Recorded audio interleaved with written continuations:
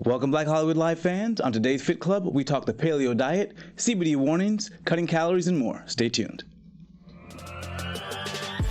You're tuned into Black Hollywood Live, the world's first digital broadcast network devoted entirely to urban entertainment and pop culture. Tune in right now. Welcome, Fit Clubbers. We are back. I'm your host, Shaka Smith, joined by my lovely co-host, Miss TK Trinidad. What's up? How you doing? I mean, I've been better, but it could have been worse. Yeah, well, we had some time off, but you got a little injury? It's not a little injury. I don't know. My calf muscle. Wow. Yeah. It's not a little injury. I'm literally out for minimum 6 weeks. Gee, so what's the recovery like? What's? Thankfully, I know a lot of people in the industry, in the fitness industry, and I made a lot of acquaintance during CrossFit, so I have a really good doctor who is hooking me up. Shout out to Dr. Ira in Santa Monica, because without him, I'd be paying a couple $100s. So he diagnosed me, he put me on a good regimen, and then I have another friend, shout out to Derek Johnson. He's a professional international Olympic lifter, and he has a whole rehab set up. Oh, wow. So I'm doing rehab by him, and he's helping me with some exercises, and then I go to Dr. Ira. So the rehab in itself is more than what I do put in for workouts. So it's more work that I'm squeezing in, but I have to do it in order to recover. Yeah, so I was going to say, you're still kind of working out in a way during this off period. Yeah, but like when you work out, you can, the average individual, they range, I don't know what I forgot what the stats are, but you can do an hour and you're good. This is Epsom salt bath, ice bath, stem, the recovery, leg thingies, then exercise. That's a minimum of 2.5 hours. Was there any way to prevent the injury? Was there anything would massages have helped? Would doing some of this stuff before have helped? Well, this is the issue with folks who are athletes when they're kids into college and beyond, especially if you have injuries, those injuries, and if you didn't have surgery, those injuries plague you for the rest of your life. So there's something lingering. Yeah, so I had 2 hamstring injuries, I have a shoulder injury, I have a finger injury, I have a lower back injury, and then I was dealing with a sporadic heel injury on and off for the last maybe 8 months. Wow. So it was some weeks are great, some weeks are bad, and the good thing is my body, it's if one thing's bothering me, then the rest of the body is fine. So I just didn't, that heel injury was just not conducive to run sprints at 85%. Yeah. I'm a retired track athlete. There's really no reason why I should be running in spikes on a Sunday at 85%. In spikes. There's no reason why I should even have spikes anymore. But I'm just a hoarder with fitness stuff, and I have backup spikes in my trunk just because. And I threw those puppies on, and I was racing, and I thought I could go to another level. And my body's no, we're not doing that. And to make sure you stop, we're gonna stop. Yeah, my calf needs. It feels like somebody kicked you in your calf, and then you look around, and you're like, nobody kicked me. And the fortunate thing is, it wasn't. I was still standing, opposed to when I tore my hamstrings, I was literally laid out on the floor. Ooh, jeez. Well, you're staying optimistic. Later on, we have a segment called 3 Our Top Tips for Staying Motivated During Summer. So your tips we'll pay some extra close attention to. For real. Our first story actually is about the sugary drinks. So they've just found that sugary drinks, of course, are linked to causing cancer. But what is a little bit more concerning is how little. All you need is about 100 milliliters, which is 1/3 of a soda can. And that led to an 18% increased overall chance of a cancer risk and 22% overall chance for breast cancer. This actually was a survey that looked at 100,000 people in France, and it was also true for fruit juice. So soda and even pure fruit juice, and that was sort of pure fruit juice. Pure fruit juice, yeah. So it's just the same. And this was all published in the medical journal BMJ. And they actually found there was no link with diet sodas. But again, this was an observational study. And so basically when they looked at people in this study, most of them didn't drink diet soda. It was a French study, so so they didn't have that much data from the diet soda drinkers. Right. But it was something they did mention that was observational. I was just surprised by how little, and then also surprised that the 100% pure fruit juice was also linked. Was that surprising for you? Yeah, I mean, I'm not surprised about the soda because I feel like everything causes cancer, and soda is not something that you can necessarily find in the aisles and create yourself. So therefore, the man-made stuff it's not supposed to be in your body anyway. So I'm not surprised about that. The fruit juices, I'm just curious as to what type of fruit juices, because if you squeeze the fruit juices in your house, it might be a little bit different than the fruit juices that you buy. There's so many different variations of fruit juices. You have like the naked fruit juice, which has a lot of sugar in it. But I think those aren't pure fruit juice. So, but this is looking at just 100% pure fruit juice. But Yeah, but it's just Tropicana, I think, says they're 100% pure fruit juice, but they're not. Oh, well, I mean. That's what I'm saying. There's so many different variations. You don't know, and it's like especially the stuff that sits in the grocery store. Or if it's processed and it's something other additives in there, but yeah. So there's so many stuff that's like we're 100% pure, whatever. And it's like, but are you really? You're in a grocery store, and if you're at a Ralph's, it's probably not. Yeah, honestly. And that is one of the drawbacks to the study. It's an observational, so it wasn't like they made the fruit juice and gave them, but it does say a lot for, the amount of sugar that's in our drinks and what sugar can do to our bodies. I personally tried to eliminate sugar, try not to make sure I stuff without added sugar, just natural sugars. Do you have any strategies for avoiding sugars? It's like for me, it's definitely an on and off again battle. Like could be good at it, and it's like I have to be one or the other. I can't be in between. So for me, it's just like going cold turkey and being very conscious of it, and then realize and catching myself. So it's kind of like you just have to know what your vice is. Some people it's sugar, some people it's salt, some people it's alcohol, some people it's whatever. Yeah, the no sugar diet seems to be getting very, very popular. So I want to try it myself. Well, I think since Beyonce did that. Well, I know from Beyonce's whole thing, a lot of people were talking about that. And I have my business partner. She did no sugar for 21 days, and her body looked amazing. Yeah, J-Lo and A-Rod did the no sugar, no carbs, I think. And I was just like, I mean, at least they have each other to kind of fuel each other, but probably not too happy. But it's really not that bad, because if you have the vegetables, it's like it depends on what you define as carbs and how. And I highly doubt J-Lo's eating pasta every week. Well, I think they were. I think they were having. There's no way they were going zero carbs the entire time they were doing it. So I'm sure they were having a little bit. But even on low carbs, man, I'm telling you can just get angry.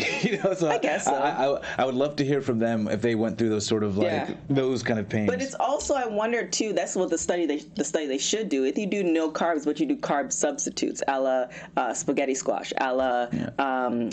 You're still getting, so it's not a carb substitute. You're still getting the carbohydrates. It's just going to be very little. Right. Yeah. It's compared to like the real thing. Yeah, like exactly. the cauliflower rice and rice and stuff. So I wonder if you do that for your no carb, if you're still going to go into that cranky thing. Oh, absolutely, yeah. Because think so? That's exactly what I did. And you do it so you hope you don't get there, but you just got to hit that number of carbohydrates that makes your brain function properly. And for everyone, that's going to be a little bit different. Right. But once you're going low, the brain starts to go, wait a minute, we need this fuel, and then we start to misfire. Yeah, because for me, it's like majority of the time, even though I had fries before we got on here, majority of the time, it's pretty, like I don't dabble in those carbs anymore. Yeah. One, because it actually has a reverse effect for me. It actually makes me feel very sleepy, like pasta and rice and all that stuff. And speaking of that, the paleo diet, which before I went vegan was one of those diets that was very attractive because it did kind of focus less on carbohydrates. And for those that don't know, the paleo diet's this idea that we want to go back to eating the way we did as cavemen. So it focuses, we don't really know, right? But it focuses on like meats, lean meat, fish, fruits, nuts, legumes, and really avoid the heavy carbohydrate sources. But it looks like the European Journal of Nutrition is linking this to a biomarker of heart disease. So they looked at about 90 people in different categories. Some were strict paleo, some were sometimes paleo, some were not paleo at all. And what they found was that they had a higher, in their gut bacteria, they had a higher microbe that was a biomarker for heart disease. So again, it's not, you don't have a complete link, but it certainly seems indicative that there's a likelihood that this biomarker is going to lead to an increased chance of heart disease. Right. And it actually leads to 62% more of an increased chance of heart disease and 63% chance of overall death. So it's serious and something to pay attention to. And I think we kind of all know now that meat is sort of linked. No, there's a lot of people who don't know. I know a lot of carnivores. But even they must at least at this point realize there's a link to cancer when it comes to eating red meat. They just think that Everybody else is stupid. So, but yeah, this doesn't surprise you at all, right? You know. No, well, this is the thing though. When the paleo and everything else, it's like a lifestyle thing. But you have people who are doing the keto and the paleo and everything else. But your lifestyle is not conducive to it. So if you're doing the paleo and you're like a heavy lifter, yeah, it'll help you with the muscles. But you're not doing the cardio to help alleviate or break down some of those fat cells to actually like flush it down your system. So it really just depends on you have to take a really hard look at what type of fitness enthusiast you are, and then cater to that. And most people don't. They just want something that's quick and fast, and it's hard, especially if you're in LA. It's even worse. But it's hard to stay healthy with such a being attached to your phone, and you might have 3 kids, and you're working this job, and you're never really off your job, even though they say you're off your job. So it's like there's a lot of stuff that are going on. So I personally think you kind of have to listen to your body, almost go on like a fast or a cleanse and see, and you can actually see what's working for your body and then cater to that. And if you fall, you don't keep on going down the rabbit hole. Yeah, and this study even found that more so they also had less beneficial bacteria in their guts. So they had more of the bacteria, more of the bacteria that creates the biomarker for heart disease, and less of the beneficial bacteria. So at the very least, I would say if you're going to stick to being paleo, you might want to try like a good probiotic that gets you some of the beneficial bacteria back in your system. But I thought that was definitely sort of like a warning or at least something for people that are paleo to start to pay attention to. Right. And on top of that, you have to see the meat, though. Yeah, of course, yeah. The meat's like not even... So I do Women's Wrestling Weekly. One of the co-hosts is going to go. They're on like a no-carb diet, and they're going to go and get chicken nuggets. I'm like, that's not even meat.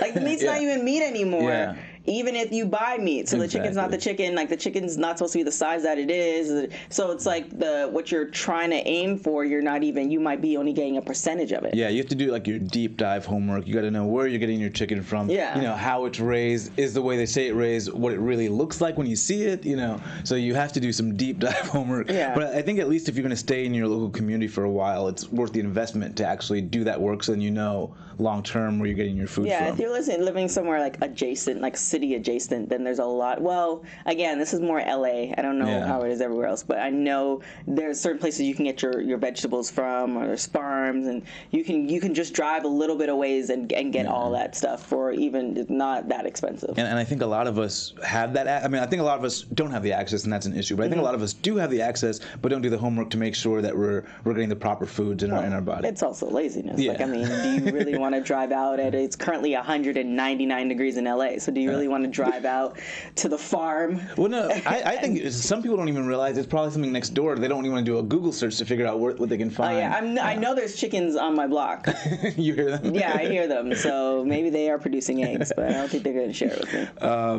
But our next story, maybe you don't want to share, because our next story involves cutting calories. A study found that cutting 300 calories a day was linked to improved health. Just 300 calories a day, which is like a slice of pizza.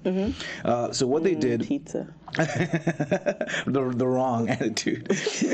What they did was an NIH-funded study that was published in the Lancet Diabetes and Cardiology journal.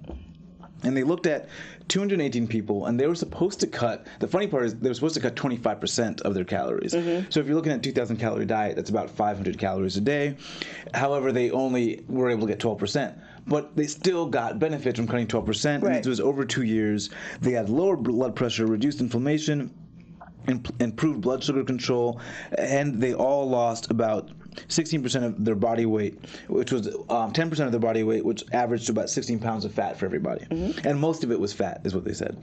So I thought, wow, 300 calories a day is all it really took for all these great signs. I think we don't realize how little it takes, but it's really the consistency over time. That's the key word, consistency. And then there's also, too, it's like, again, you have to adjust to your lifestyle. So for me, there's some days where my days are super long. Like, I'll wake up at 3 and I don't go to bed until like 1 a.m. just because of how work is.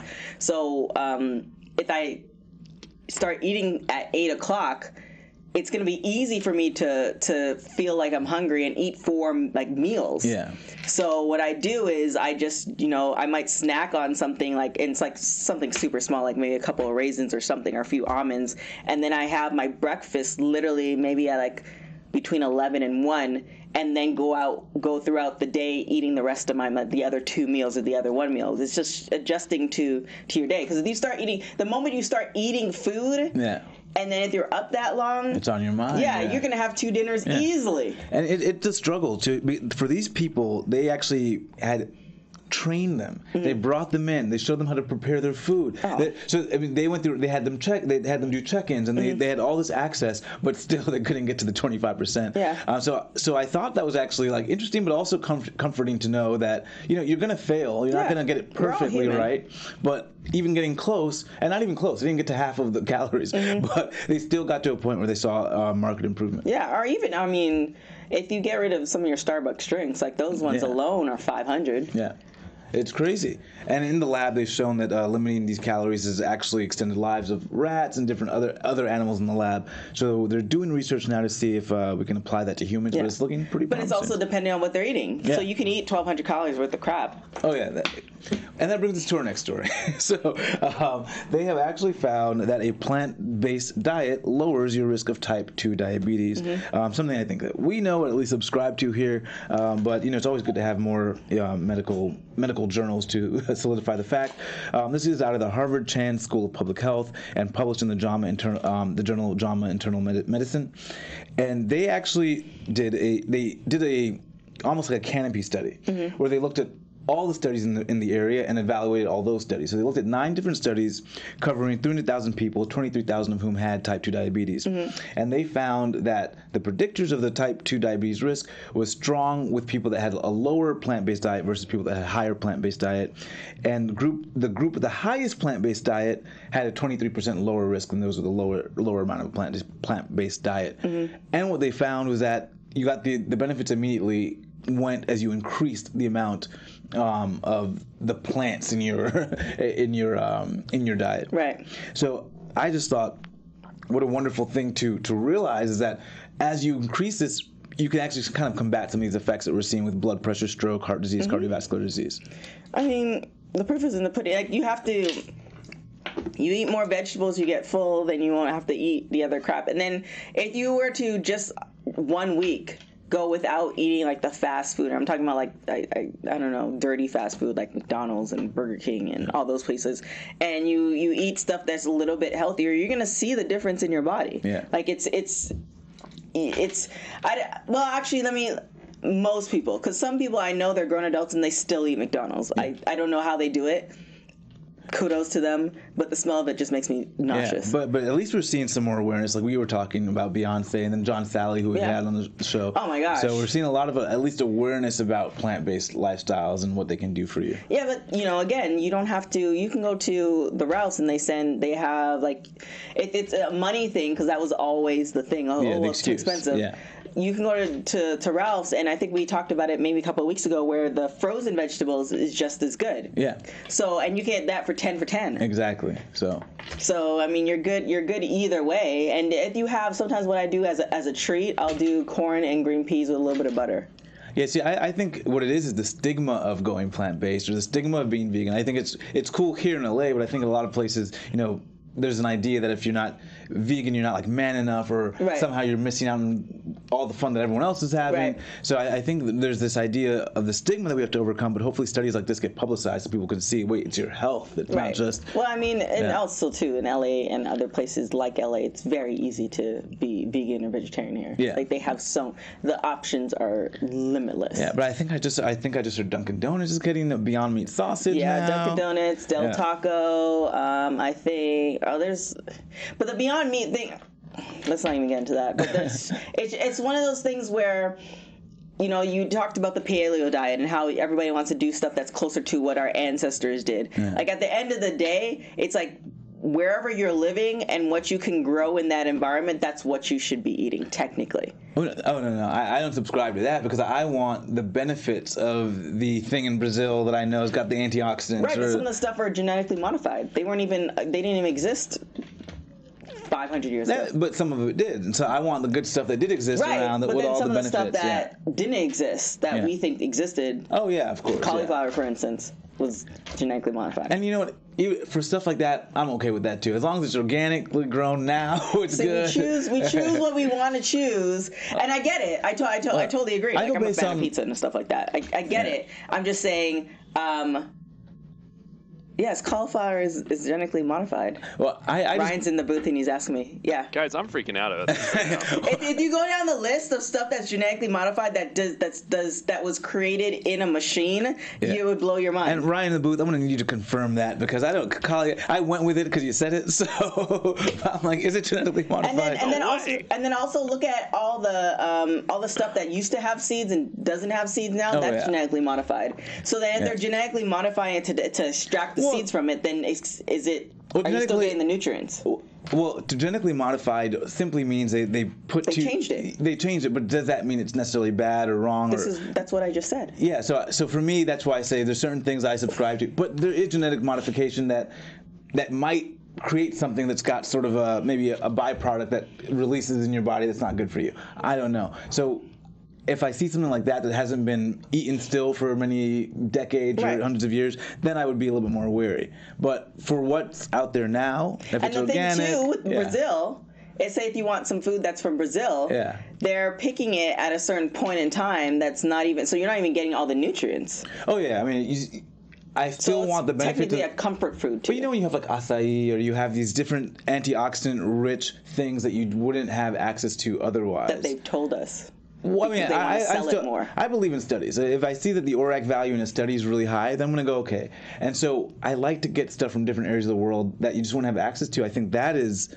No, I totally agree with you. You have access to it. However, you know, I remember when strawberries was a big thing. Yeah. California strawberries, and it was a big thing at one point when I was working in Toronto. And it was like, oh my gosh, you have to get all these... And it was essentially being pushed by the government, right? So it's the same thing. Like, I totally agree that, you know, maybe the stuff from Brazil is great and they're pushing it in order for you to buy it. However, what they're saying is beneficial to you, you might not be getting all those benefits from it because they're shipping it from Brazil. Yeah, and of course some of the benefits will be overstated and then you actually might get the same benefits from something you can get in your local grocery store. So, you know, they're like, okay, you're going to get 100% of all these, you know, probiotics and all this other stuff, and then you after they ship it and they freeze it and they put the preservatives on it, you might be getting 40%. Yeah, of course. But I still think that there's still a good value if you have the access you can do your research to getting things that maybe aren't local to you but that also have benefits. Well, now you're talking LA now. Well, yeah. This is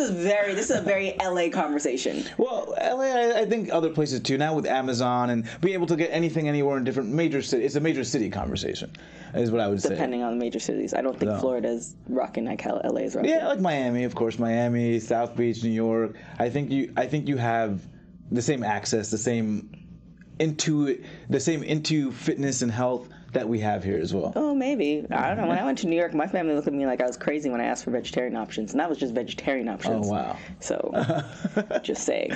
Well, hopefully we're making some change. Our last story actually deals with the CBD wave. The FDA just issued another warning letter to Curaleaf and telling them that they've overstated their claims, particularly when it comes to their CBD treating Parkinson's and cancer. Mm-hmm.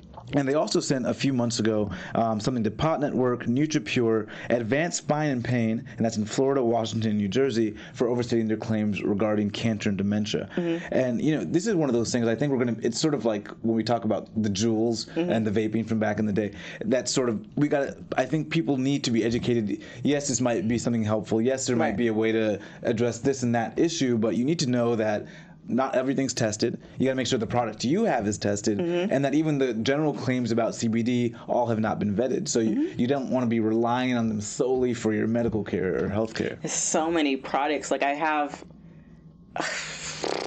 maybe 4 or 5 different facial CBD products that people have given me, right? And I'm just putting it on my face because I'm like, hey, it's free, whatever. But I'm not reading, you know, it could be beneficial, might be a placebo, or it might be bad. Like I'm not really reading it because subconsciously they've been pushing CBD so long that you're like, okay, well, it's gonna be good, right?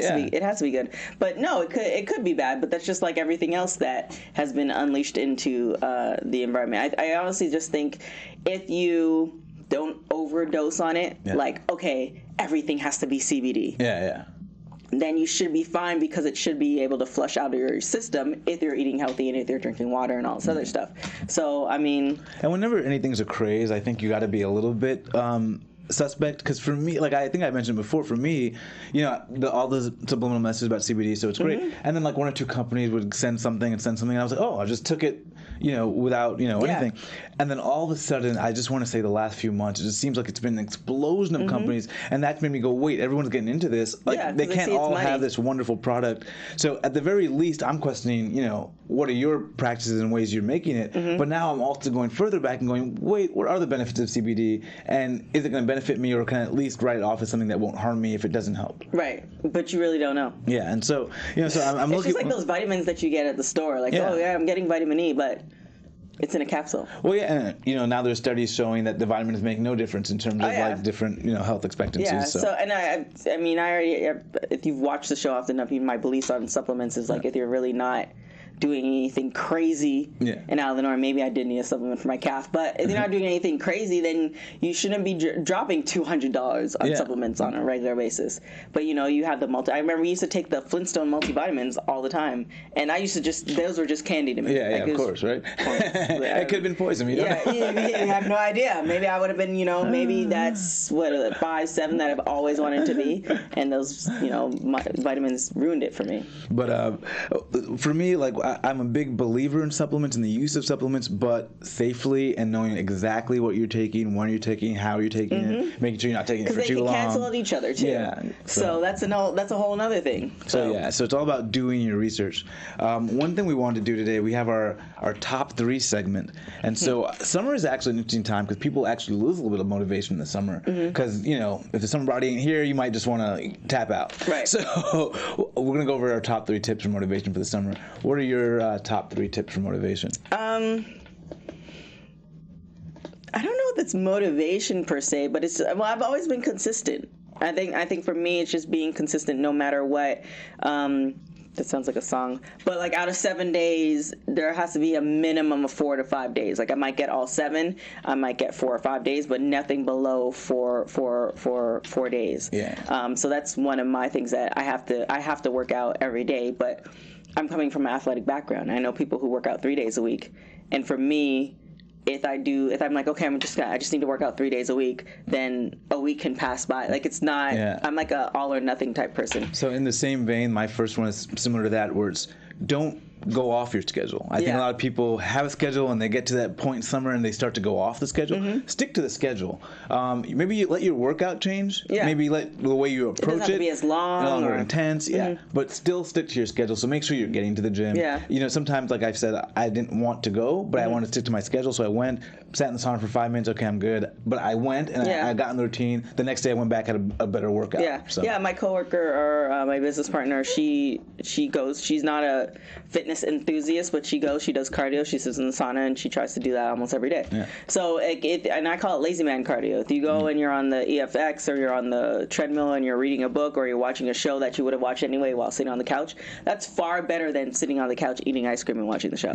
So consistency is definitely a big thing. What was the question? 3 what? The 3 motivation, 3 ways to stay motivated. This is probably the time of year too, and this is probably very LA, but to try different things. So like I have my birth season, which is 6 weeks long, and just for everyone out there, it's 6 weeks long. It's 6 weeks long, but the reason it's a twofold reason why I have it. One, I was in a car accident, I think 2 or 3 years ago, where my car hit a wall, flipped over 3 times, almost lost my life, and it just made you really appreciate those around you and essentially guilt those around you to get together, because in this environment we're in, we can get so busy and years can literally pass by, and then if something happens, we're not promised tomorrow, and then you're gonna be like, oh, I wish they. So now I use these 6 weeks as, because I'm just such a bully and organizer, I use these 6 weeks as organizing events to do stuff with friends and family, etc. So because my birthday ends up being in the summer, I can also do different things that I wouldn't necessarily do any other time. So like paddleboard yoga. So doing different stuff in the summer that you might not do when you have a heavier schedule, that's also a good thing. Getting out on the track, if it's a 4-season thing, then in Toronto I used to do hills and track workouts and all this other stuff when it was warmer. So doing something different where you're not stuck in the gym all the time is a good one. I like that a lot. For me, I think I naturally tend to do that when it gets warmer. Like, you just try to do things, get out of the gym, so I like that. For me, I say, in the social media world, I like having a video on my phone that inspires me. So like a workout video? Yeah, like, you know, and it was just, I had one video just of my friend, and he was just training. I was like, I wanted to go and train when I saw the video. And, you know, I'm gonna make sure we play that video actually next week so people can see what I was talking about. But so I actually just keep that video. Sometimes if I'm lacking motivation, I'll just watch the video, and all of a sudden I want to go to the gym. Ryan says he has an entire playlist. I have an entire playlist, of people watching people work out. No. The things that make you want to go to the gym. I have a video of the Eagles win the 52 Super Bowl. I play it every time. It gets me right into the gym. I'm like, nice. I gotta go now. I thought I was doing something new. Okay, cool. So yeah, maybe make a video playlist. But yeah, so for me that one video helps. I used to watch, what was it, the Arnold Schwarzenegger movie? Rocky? No, not the... That's Stallone. The documentary, the bodybuilding. Oh, the pump one? Yeah, Pumping Iron. And that for me was a huge motivation. I mean, you watch that, you just want to like, I don't care if you watch it at 1 a.m, you want to go to the gym. Well, they also say when you wake up, the first 20 minutes is the 20 minutes of the deciding factor how the rest of your day is going to go. Yeah. So what I do, because I wake up at like 3 a.m. now, what I do is... 3 a.m? Yeah, because I have like 5 jobs. The cafe?